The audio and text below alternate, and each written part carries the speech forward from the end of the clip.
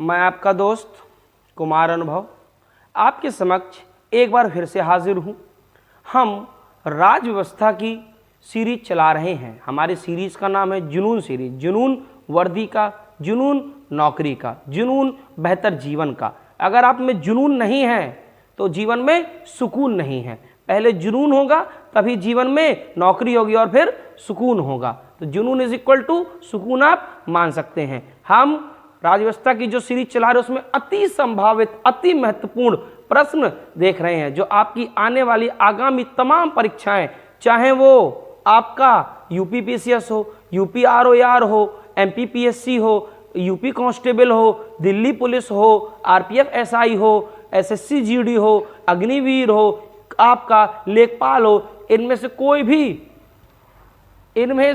कोई भी आपका इम्तिहान हो, उन सभी इम्तिहानों में ये बहुत महत्वपूर्ण होने वाले हैं। तो आप हमारी क्वालिटी एजुकेशन, हमारी गुणवत्तापूर्ण शिक्षा के साथ इस सीरीज के साथ जुड़ के आप भी लाभान्वित हो सकते हैं। हम अभी ऑफलाइन क्लासरूम प्रोग्राम चलाते हैं, बहुत ही जल्द हम आपको ऑनलाइन क्लासरूम प्रोग्राम में भी मिलेंगे। तो फिलहाल आप अगर अभी अगले 3 महीने में कांस्टेबल या आने वाली आगामी एसआई की भर्ती में अपनी सीट बुक करना चाहते हैं, हर हाल में सिलेक्शन लेना चाहते हैं, तो हमारे गुणवत्तापूर्ण शिक्षा के कोर्स जो कि हम स्वर्गेश्वर मंदिर रोड पौरानीपुर झांसी में चलाते हैं, आके जुड़ सकते हैं और लाभान्वित हो सकते हैं।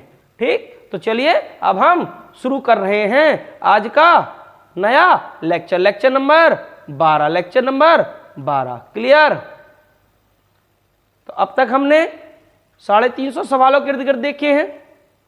आज का हम पहला सवाल देख रहे हैं और कुल मिला के सवाल नंबर 361। सवाल नंबर 361 क्या कहता है हमसे, ये क्या पूछा जा रहा है?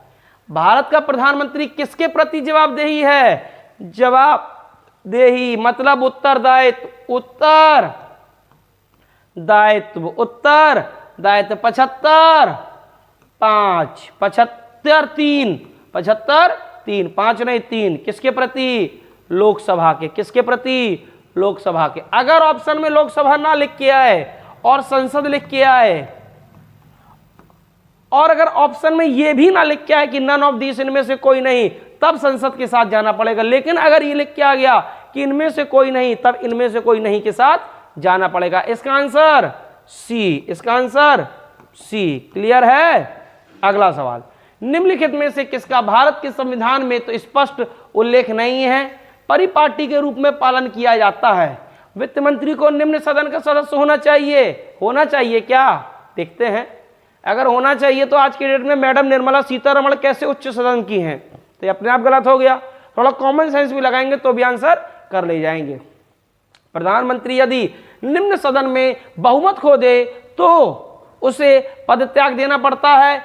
निम्न सदन में बहुमत खो दे तो उसे पद त्याग देना पड़ता है। ठीक लग रहा है? तो मंत्रिपरिषद में भारत के सभी भागों का प्रतिनिधित्व होता है, जरूरी है क्या? ना। अपनी पदावधि के समाप्ति से पूर्व राष्ट्रपति और उपराष्ट्रपति दोनों के एक साथ पदत्याग करने पर संसद के निम्न सदन का अध्यक्ष राष्ट्रपति के कृत्यों का क्या संसद के निम्न सदन का करता है क्या? नहीं। कौन करता है? सीजेआई। कौन करता है? सीजेआई। तो इसका answer B, article 75 3 rule, Lok Sabha का रूल नंबर 198। ये रूल कैसे बना? आर्टिकल 118 में लिखा है कि सदन अपनी कार्यवाही के लिए नियम बना सकते हैं। सदन अपनी कार्यवाही के लिए नियम बना सकते हैं। क्लियर? 118 में लिखी है ये बात। अगला, और 118 के ही तहत जब ज्वाइंट मीटिंग होती है, संयुक्त सेशन होता है, तो 108 के तहत भले संयुक्त सेशन बैठता है लेकिन उसकी अध्यक्षता कौन करता है? लोकसभा का स्पीकर। किस आर्टिकल के तहत? 118। भारतीय राजनीतिक व्यवस्था में कार्यपालिका ... के अधीन रहकर कार्य करती है। भारतीय कार्यपालिका किसके अधीन है? कार्यपालिका मैंने बताई थी 2 प्रकार की होती है, परमानेंट और टेम्पररी। परमानेंट वाली आईएएस आईपीएस वाली, जबकि टेम्पररी वाली मिनिस्टर्स वाली। कौन सी? मिनिस्टर्स वाली। तो ये दोनों किसके अधीन हैं? किसके? विधायिका के। किसके? विधायिका के। किसके? विधायिका के। क्लियर है? तो इसका आंसर बी। इसका आंसर बी। ध्यान से सुनते चलिएगा, ध्यान से सुनते चलिएगा। निम्नलिखित में से कौन सा एक प्रस्ताव भारत में मंत्री परिषद रख सकती है? कौन सा एक प्रस्ताव मंत्री परिषद रख सकती है? अविश्वास प्रस्ताव, भर्त्सना, स्थगनी या विश्वास? कौन सा? विश्वास। कौन सा? विश्वास। अविश्वास प्रस्ताव कौन रखता है? विपक्ष। कौन रखता है? विपक्ष। अपोजिशन। कौन रखता है? अपोजिशन। जबकि विश्वास प्रस्ताव कौन रखता है? गवर्नमेंट ऑफ इंडिया अथवा गवर्नमेंट ऑफ स्टेट। तो सरकार की तरफ से क्या रखा जाएगा? विश्वास प्रस्ताव। विश्वास प्रस्ताव। क्लियर है? अविश्वास प्रस्ताव 75(3) रूल नंबर 198 लोकसभा का। क्लियर? बार बार बता रहा हूं, सवाल बहुत इंपॉर्टेंट है। अपना त्याग पत्र देने के बाद भारत में मंत्री को अपने त्याग पत्र के विषय में लोकसभा में व्यक्तिगत वक्तव्य देने के लिए किसकी अनुमति की आवश्यकता पड़ती है? किसकी अनुमति की? लोकसभा के स्पीकर की। मतलब अगर कोई व्यक्ति पहले मंत्री था और मोदी जी ने लात मार के उसको फेंक दिया अपने कैबिनेट से बाहर, जब तक मंत्री था तब तक तो बिना स्पीकर के भी वक्तव्य दे सकता था, लेकिन मंत्री ना रहते हुए, केवल सांसद रहते हुए उसे लोकसभा स्पीकर की क्या लेने पड़ेगी? अनुमति। अगर अनुमति नहीं लेगा तो लोकसभा स्पीकर भी उसको लात मार के बाहर फेंक देगा। क्लियर? क्लियर? क्लियर? तो इसका आंसर बी। इसका आंसर बी। मंत्री परिषद के विरुद्ध अविश्वास प्रस्ताव लाने के लिए कितने सदस्य चाहिए? अविश्वास प्रस्ताव लाने के लिए 50। कितने? 50। और उसका बेस क्या चाहिए? क्या आधार चाहिए? क्या आधार? कोई आधार नहीं। केवल एक लाइन का सिंगल लेटर लिखा हो और कह दिया जाए कि हम ये मानते हैं कि सरकार को सदन का बहुमत हासिल नहीं है, हम ये चेक करना चाहते हैं। और अगर ये लोकसभा स्पीकर ने स्वीकार कर लिया तो विधिवत बहुमत, विधिवत सदन चलेगा और उसमें प्रस्ताव चलेगा, जिसमें एक एक करके सभी सदस्य अपना वक्तव्य रखते हैं और अंत में वोटिंग होती है। अंत में वोटिंग होती है। क्लियर? क्लियर? इसका आंसर सी। इसका आंसर सी। इसका आंसर सी। भारत में अविश्वास प्रस्ताव के विषय में निम्नलिखित कथनों पर विचार कीजिए। भारत के संविधान में किसी अविश्वास प्रस्ताव का कोई उल्लेख नहीं है। संविधान में है क्या? नहीं है। ये बात ठीक है। अविश्वास प्रस्ताव केवल लोकसभा में ही पुनर्स्थापित किया जा सकता है। केवल लोकसभा में? हाँ, ये बात भी ठीक है। तो ये दोनों बातें ठीक हैं। ये दोनों बातें ठीक हैं। C. C. Answer C. Clear? अगला, प्रदेश का कौन सा नेता नेहरू जी की कैबिनेट में पहले गृह मंत्री तथा बाद में रक्षा मंत्री बना? प्रकाश चंद्र सेठी, रविशंकर शुक्ला, कैलाशनाथ काटजू, द्वारकानाथ मिश्र। इसके ऑप्शन, इस क्वेश्चन में हल्की सी दिक्कत है। पहले नहीं थे, तीसरे थे। गृह मंत्री और बाद में रक्षा मंत्री कौन थे? कैलाशनाथ काटजू। कैलाशनाथ काटजू। कैलाशनाथ काटजू याद आ रहे हैं? 1945-46 नवंबर का रेड फोर्ट का मुकदमा, रेड फोर्ट का लाल किले का मुकदमा, जिसमें तमाम वकील थे। उन वकीलों में एक कैलाशनाथ काटजू भी थे। कैलाशनाथ काटजू भी थे। और कैलाशनाथ काटजू याद आ रहे हैं? भारत के पूर्व सुप्रीम कोर्ट के न्यायाधीश जस्टिस मार्कंडे काटजू उन्हीं के दादा रहे हैं। उन्हीं के दादा भी रहे हैं। क्लियर? तो इसका आंसर कैलाशनाथ काटजू। कैलाशनाथ, उसके वो जो 1945 का लाल किले का मुकदमा, उसके भालूभाई देसाई, उसके बाद जवाहरलाल नेहरू और कैलाशनाथ काटजू। यही सब थे। यही सब थे। याद आ रहे? नवंबर का मुकदमा। क्लियर? अगला सवाल हमसे क्या कहा जा रहा है? भारत में स्वतंत्रता के पश्चात प्रथम मंत्रिमंडल का कानून मंत्री। प्रथम स्वतंत्रता के पश्चात प्रथम मंत्रिमंडल का कानून मंत्री, आंख बंद करके भी इसका आंसर दिया जा सकता है। बाबा साहब भीमराव अंबेडकर। बाबा साहब भीमराव अंबेडकर कब पैदा हुए? 1891 महो। कहाँ? आपने देखा होगा इंदौर के पास एक छावनी है, महो छावनी। बाद में कुल कितनी छावनियां हैं? 62 छावनियां। 62 छावनियां। आपके लिए एक होमवर्क ये है कि आप कमेंट में बबीना छावनी का फुल फॉर्म लिखें। Babina, Babina, Babina. British army base in native India, यही है। British army base in native Asia. Asia, India नहीं, नेटिव एशिया। बहुत इंपॉर्टेंट छावनी थी ये बबीना छावनी। क्लियर। बी आर अम्बेडकर और इनको निर्माण कब मिला? 1956, 6 दिसंबर, ये 14 अप्रैल। याद आ रहे हैं अम्बेडकर साहब? क्लियर। भारत के पहले कानून मंत्री, इसके साथ साथ भारत के ड्राफ्टिंग कमेटी के अध्यक्ष भी रहे। क्लियर है। कहां से जीत के आए थे? कहां से? बॉम्बे प्रेसिडेंसी से। पहले बंगाल से थे, क्योंकि बंगाल वहां चला गया तो बॉम्बे से। बॉम्बे प्रेसिडेंसी में किसकी सीट खाली हुई थी? एम.आर. जयकर। पहले बताइए ये बात बताइए, ध्यान से सुनते चलिए, ध्यान से सुनते चलिए। नहीं याद आ रहा तो वापस पुराने वीडियोस में जाइए, रिवाइज कीजिए। अगला सवाल, प्रधानमंत्रियों को उनके कार्यकाल के साथ सम्मिलित कीजिए। सिंपल। अभी तो बताया मैंने, अभी तो बताया सभी के सभी प्रधानमंत्रियों के कार्यकाल। देवगौड़ा, चंद्रशेखर, अटल बिहारी वाजपेयी, आई.के. गुजराल और विश्वनाथ प्रताप सिंह। विश्वनाथ प्रताप सिंह 89 से 90 थे। कहीं है? हाँ है। ई का 2 कहीं है? 89 से 90, ई का 2, 89 से 90 ही थे विश्वनाथ प्रताप सिंह, और 90 से 91 थे चंद्रशेखर। बी का 3, बी का 3 भी कहीं नहीं दिया है। मैं आपको अलग से बता देता हूं। विश्वनाथ प्रताप सिंह लगभग 89 से 90 थे। क्लियर। जबकि चंद्रशेखर साहब, इसके चक्कर में ना पड़े, जबकि चंद्रशेखर साहब कब थे? 90 से 91 थे। देवगौड़ा साहब 96 से 97 थे। आई.के. गुजराल साहब 97 से 98 थे, और अटल बिहारी वाजपेयी 99 से 2000 थे। ये आप अलग से याद कर लें। सबसे पहले विश्वनाथ प्रताप सिंह 89 से 90, जब इनकी सरकार चली गई थी, मिस्टर अटल बिहारी वाजपेयी ने, वो भाजपा के, तत्कालीन भाजपा ने अपना समर्थन खींच लिया था। किस पे? राम मंदिर और ओबीसी आरक्षण पे। ओबीसी आरक्षण और राम मंदिर पे अपना समर्थन खींच लिया था। उसके बाद कौन से आए? चंद्रशेखर, जो बलिया से लड़ते थे, इन्हें युवा तुर्क भी कहा जाता था, जिनके बेटे नीरज शेखर, जो अभी हाल ही में कल बलिया सीट घोषित हुई है, बलिया सीट पे भाजपा प्रत्याशी हुए हैं नीरज शेखर। अटल बिहारी वाजपेयी लखनऊ सीट से लड़ते थे। कहाँ के रहने वाले थे? कहाँ पैदा थे? कहाँ हुए थे? ग्वालियर में। किस सीट से लड़ते थे? किस सीट से? हालांकि तमाम सीटों से लड़ा, लेकिन लखनऊ सीट से भी लड़ते थे। आई.के. गुजराल, ये राज्यसभा से थे, और आपके बच्चे एस.डी. देवगौड़ा, ये भी राज्यसभा से रहे हैं। और देवगौड़ा साहब ही थे जिनके दौर में पहली बार महिला ओबीसी आरक्षण बिल आया था। क्लियर। सभी प्रधानमंत्री क्लियर हैं?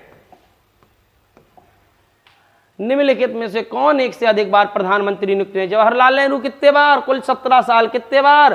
कुल 17 साल। कुल 6 बार। कितने बार? 6 बार। कितने बार? 6 बार। 47 तक, फिर 50 तक, फिर 50 से 52 तक। 3 बार आजादी के पहले और 3 बार आजादी के बाद। कुल 6 बार शपथ ली थी। गुलजारी लाल नंदा, इसमें क्या प्रधानमंत्री नियुक्त हुए हैं ये पूछा इन्होंने। गुलजारी लाल नंदा कभी प्रधानमंत्री नहीं रहे, कार्यवाहक रहे हैं, याद रखिएगा। मैडम इंदिरा गांधी ये रही थी 66 से 69, 66 से इस साइड रही थी 77 तक, और बाद में 80 से 84 तक। अटल बिहारी वाजपेयी भी 3 मर्तबा रहे, लगभग 96 में रहे 13 दिन की सरकार, 98 से 99 रहे 13 महीने की सरकार, और 99 से 2004 रहे लगभग 4 साल 6 महीने की सरकार या 7 महीने की सरकार। वक्त के पहले चुनाव करा लिया था उन्होंने। क्लियर। तो 1 2 4 ऑप्शन सी। क्लियर। अगला, निम्नलिखित राज्यों एवं उनके संबंधित मुख्यमंत्रियों का मिलान करें जो भारत के प्रधानमंत्री बने। पीवी नरसिम्हा राव कहां से थे? अविभाजित आंध्र प्रदेश, अभी अभी इन्हें भारत रत्न मिला है। मोरारजी देसाई कहां से थे? अविभाजित बंबई। एच.डी. देवगौड़ा, देसाई नहीं बेटा, देवगौड़ा, एच.डी. देवगौड़ा। सी देवगौड़ा साहब कर्नाटक से। चौधरी चरण सिंह, इन्हें भी अभी अभी क्या मिला है? भारत रत्न। कहां से थे? उत्तर प्रदेश। और मिस्टर नरेंद्र दामोदर दास मोदी, गुजरात। नरेंद्र दामोदर दास मोदी, गुजरात। बड़ोदरा सीट से लड़ते थे पहले, और आज किस सीट से लड़ रहे हैं? बनारस सीट से। किससे? बनारस सीट से। क्लियर। निम्नलिखित में से कौन अपने प्रधानमंत्री काल में लोकसभा के सदस्य थे? देवगौड़ा थे क्या? नहीं, ये राज्यसभा के थे। आई के गुजराल थे क्या? नहीं, ये भी राज्यसभा के थे। मनमोहन सिंह, ये भी राज्यसभा के थे। क्लियर? तो कौन थे? चंद्रशेखर। किस सीट से थे? बलिया। किस सीट से थे? बलिया सीट से। किस सीट से लड़ते थे? बलिया सीट से। क्लियर? अब इनके बेटे नीरज शेखर टिकट मिला है, अब वो भी बलिया सीट से लड़ेंगे। क्लियर? भारत भाजपा की तरफ से टिकट मिला है कल। भारत के प्रधानमंत्री में से कौन अपने कार्यकाल में संसद में कभी भी उपस्थित नहीं हुआ? ये देखना, ऐसा नहीं कि कभी नहीं हुआ, लेकिन कार्यकाल के दौरान कौन नहीं हुए? अटल बिहारी वाजपेयी, बीपी सिंह, चंद्रशेखर या चौधरी चरण सिंह? चौधरी चरण सिंह। चौधरी चरण सिंह 77 से नहीं 78 से 78 या 79 से 80 तक ये रहे थे बीच में। चौधरी, शायद मैं उस वाले प्रधानमंत्री बताने में चौधरी चरण सिंह भूल गया हूं, शायद भूल गया हूं, शायद जोड़ लीजिएगा। चौधरी चरण सिंह। चौधरी चरण सिंह किस सीट से लड़ते थे? बागपत सीट से। इन्हीं के बेटे बाद में अजीत सिंह भी बागपत सीट से लड़ने लगे थे बागपत सीट से। किस सीट से लड़ते थे? बागपत सीट से। कौन? चौधरी चरण सिंह। कार्यकाल में संसद में कभी भी उपस्थित नहीं। Option D. Option D. Clear? और वीपी सिंह किस सीट से लड़ते थे? फतेहपुर, जिससे आजकल साध्वी निरंजन ज्योति लड़ रही हैं। अटल बिहारी वाजपेयी लखनऊ सीट से लड़ते थे, जिससे भारत के वर्तमान रक्षा मंत्री मिस्टर राजनाथ सिंह लड़ते हैं। इसके पहले टंडन साहब लड़ते थे। क्लियर है? क्लियर है? अगला, निम्नलिखित में से कौन भारत के संघीय वित्त मंत्री रहे हैं? मतलब केंद्र में वित्त मंत्री वीपी सिंह रहे हैं? हाँ रहे हैं। आर वेंकटरमण रहे? हाँ रहे हैं। वाईवी चौहान रहे? हाँ रहे हैं। प्रणब मुखर्जी? हाँ। चारों लोग भारत के वित्त मंत्री रहे हैं। चारों लोग भारत के वित्त मंत्री रहे हैं। क्लियर? आज की डेट में भारत के वित्त मंत्री, आज की डेट में मैडम निर्मला सीतारमण, जो राज्यसभा से हैं। क्लियर? मैडम निर्मला सीतारमण। उदारीकरण, निजीकरण और भूमंडलीकरण LPG नई आर्थिक नीति घोषित की गई थी। किसके प्रधानमंत्री कार्यकाल में? पीवी नरसिम्हा राव के कार्यकाल में। किसने की थी? उनके तत्कालीन फाइनेंस मिनिस्टर मनमोहन सिंह ने, जो भारत के प्राइम मिनिस्टर भी बने हैं। किस तारीख को की गई थी? 25 जुलाई 1991 को की गई थी। कब की गई थी? 25 जुलाई 1991 को। क्लियर? क्लियर? इसका आंसर सी। अगला सवाल, मनमोहन सिंह के संबंध में निम्न में से कौन सा कथन सही नहीं है? MMM के संबंध में, MMS के संबंध में मनमोहन भारत के पूर्व वित्त मंत्री थे, RBI के पूर्व गवर्नर रहे, वित्त आयोग के पूर्व अध्यक्ष रहे, ठीक, और अंतरराष्ट्रीय वित्त आयोग के अध्यक्ष रहे हैं क्या? कभी वित्त आयोग के अध्यक्ष रहे क्या? नहीं।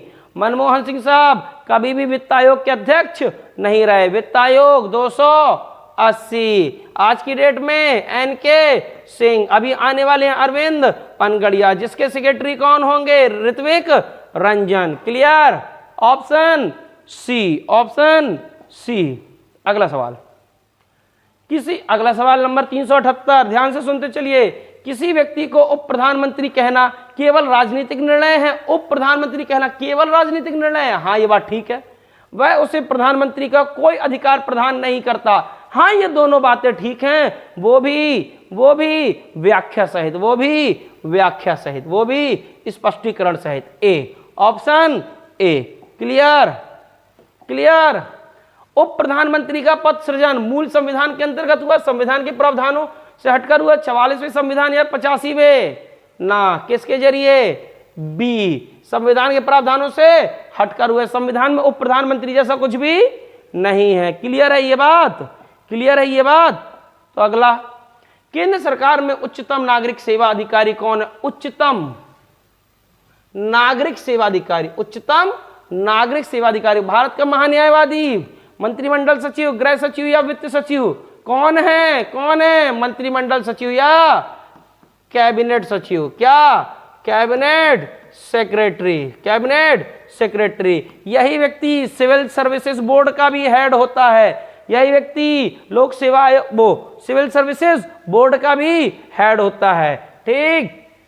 गृह सचिव नहीं, वित्त सचिव नहीं। वित्त सचिव के बारे में एक और खास बात, वित्त सचिव के साइन होते हैं एक के नोट पे, बाकी सभी नोटों पे किसके साइन होते हैं? भारत के आरबीआई के गवर्नर के। क्लियर? क्लियर है? क्लियर है? अगला सवाल, अगला सवाल हमसे क्या पूछा जा रहा है, ध्यान से सुनते चलिए। निम्नलिखित संविधान संशोधन में से कौन सा एक बताता है कि मंत्रिमंडल में कुल मंत्रियों की संख्या प्रधानमंत्री को सम्मिलित करते हुए लोकसभा के सदस्यों की कुल संख्या के 15% से अधिक नहीं होनी चाहिए? ये बात अभी अभी हमने देखी, संविधान संशोधन 91 2003 संविधान संशोधन 91, मैक्सिमम कितनी होनी चाहिए? 15%, मिनिमम कितनी होनी चाहिए? कम से कम 12। ये क्या है? नंबर में है, ये नंबर में है, वो प्रतिशत में है। Clear? Option B, option B. Clear है? ध्यान से देखते चलिए। केंद्र सरकार के संदर्भ में निम्नलिखित कथनों पर विचार कीजिए।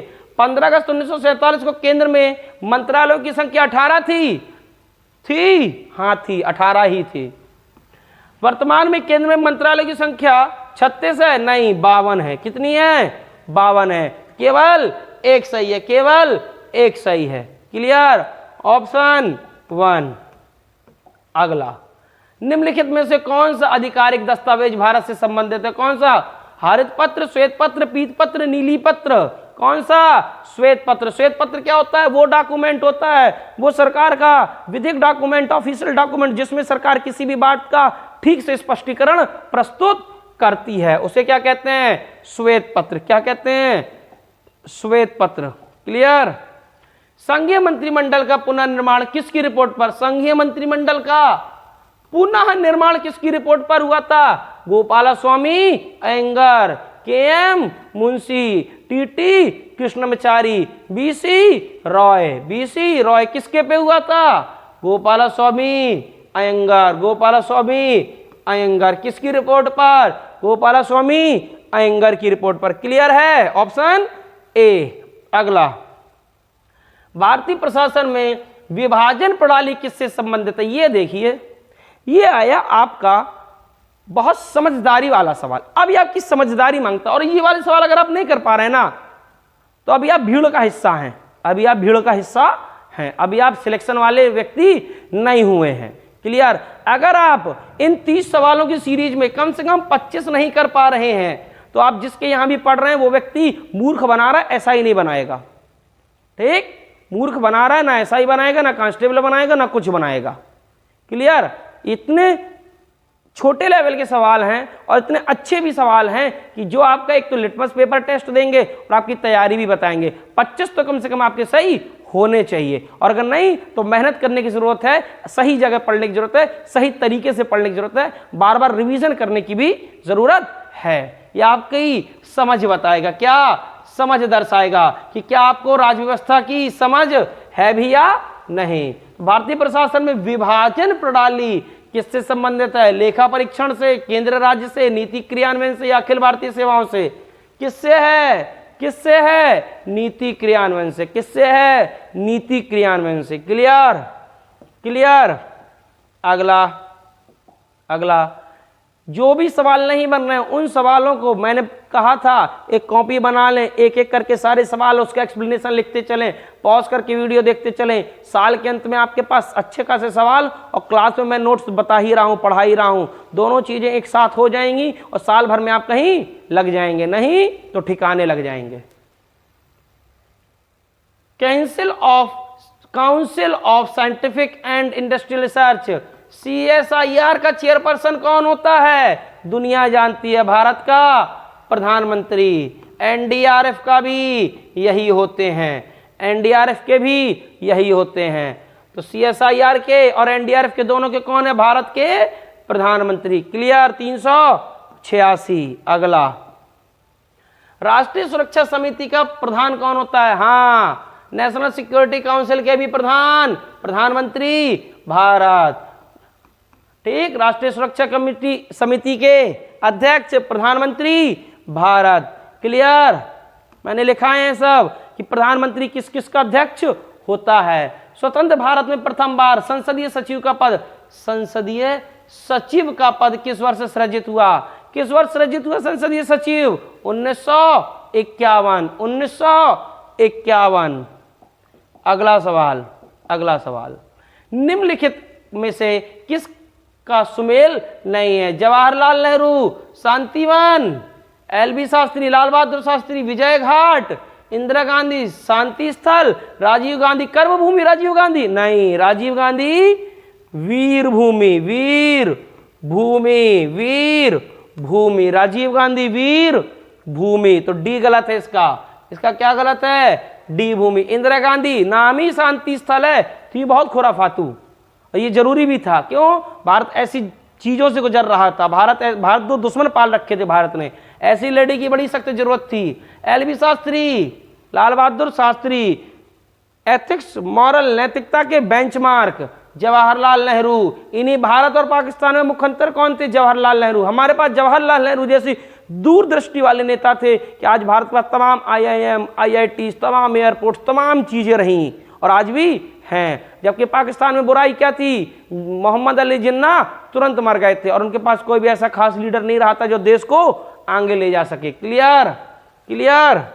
अगला, जय जवान जय किसान का नारा किसने दिया? बोलो, जय जवान जय किसान, जय जवान जय किसान। क्यों? क्योंकि एक तरफ हम पाकिस्तान से युद्ध लड़ रहे थे, वहीं दूसरी तरफ बहुत धुआंधार सूखा भी झेल रहे थे और खाने के लाले पड़ रहे थे। इसलिए चौधरी चरण सिंह ने क्या कहा? जय जवान जय किसान। बाद में हमारे यहाँ हरित क्रांति, लाल बहादुर शास्त्री, बाद में हमारे यहाँ हरित क्रांति आई, श्वेत क्रांति आई और नीली क्रांति भी आई और हम जो खाद्यान्न मंगाते थे अब हम एक्सपोर्ट करते हैं। क्लियर? तो इसका आंसर बी, इसका आंसर बी। क्लियर? इसका आंसर बी। क्लियर? और इसके ये सभी ऑप्शन आपको दिए गए हैं, इसके ऑप्शन आपको दिए गए हैं। हम